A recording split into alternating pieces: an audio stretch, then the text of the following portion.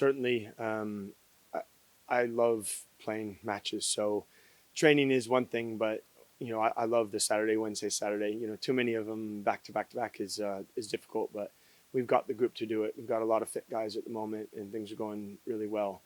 Now, the question: can we maintain and take another step forward? And the answer is yes. This group is made for that.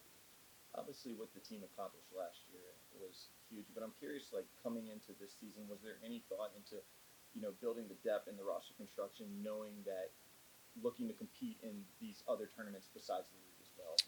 Of course, we got younger. That was a focus for sure in the off season to get younger so that we could maintain levels throughout the entire year. It was a shock to the system for a lot of them when they came in preseason, but I think that we've all kind of gotten our legs under us, and we've gotten almost everyone back fit and available, and it's going to be really important over the next few weeks. Yeah, and talking about that fitness, obviously, you play the 120 minutes plus PKs in DC, and then coming back home against Charlotte, it's for the most part pretty much a brand new 11, and you still pull out the one. What does that say about what? I guess does that kind of give them like the proof that what they did in preseason worked?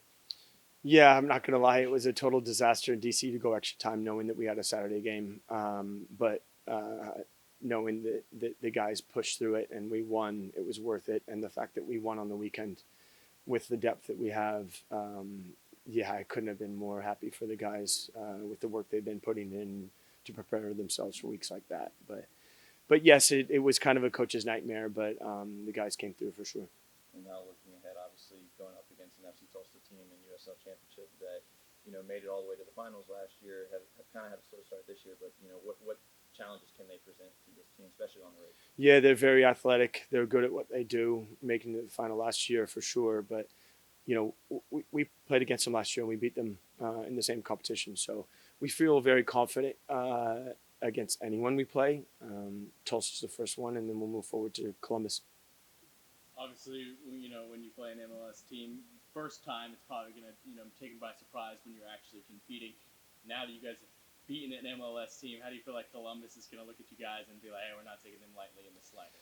Yeah, totally different in certain ways. The experience of guys playing against an MLS team will that's done and dusted. So now, what are we doing next? How can we beat the next opponent? Columbus are going to be a very difficult opponent, but I think that we have the team and the spirit right now to go in and really, really compete. Everybody loves winning, whether it's the team, the fans. I mean, I just saw after that win versus DC, just the pride, and everybody here in Knoxville was like, man, like this is a team that we're growing to love.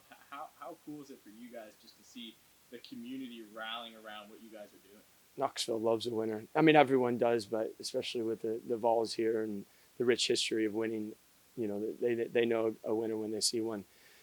It's the way we're winning too, with the group of guys we have, smiles on their face, the way they love each other. I think it's really infectious to like this group. So, certainly we have a tough stretch, but that camaraderie and the love for each other will push us through.